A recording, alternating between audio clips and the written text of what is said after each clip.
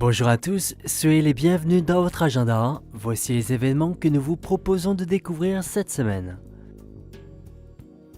Dans le cadre des célébrations de la victoire de la bataille de la Marne lors du premier conflit mondial de 14-18, le diocèse de Meaux commémorera le 100e anniversaire de cette victoire à travers un pèlerinage le 28 septembre. Sous la présidence de Monseigneur Namias, le parcours couvrira 6 lieux clés: l'église Saint-Pierre et Saint-Paul de Chambry et son cimetière communal et militaire, le monument Notre-Dame de la Marne, l'église Sainte-Geneviève de Barcy et les cimetières militaires français et allemands de Chambry. Une messe sera célébrée à 11 h en extérieur à Notre-Dame de la Marne. Plus de renseignements au 01 64 34 72 51. Du 19 au 22 septembre, lors des Journées européennes du patrimoine, des gravures originales de Georges Rouault seront exposées à l'église Saint-Pierre à Firminy dans la Loire.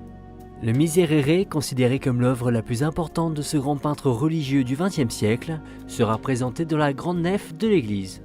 Des animations autour du peintre et de son œuvre seront également proposées dans cet ensemble architectural, le Firminy Vert, création majeure de l'architecte Le Corbusier. Plus de renseignements au 04 77 56 01 65. Toujours à l'occasion des Journées européennes du patrimoine, la cathédrale de Nantes, le passage Sainte-Croix dans le quartier historique du Bouffay, la chapelle de l'Immaculée et l'association Musique Sacrée s'associent pour la 4e année consécutive, les 20 et 21 septembre, afin d'offrir au public une présentation originale de ces édifices emblématiques du centre-ville de Nantes à travers un itinéraire musical et historique. Quand les pierres chantent, tel est le nom de ce rendez-vous afin d'y découvrir toutes les richesses de la Nantes sacrée. Plus de renseignements au 02 51 83 23 75.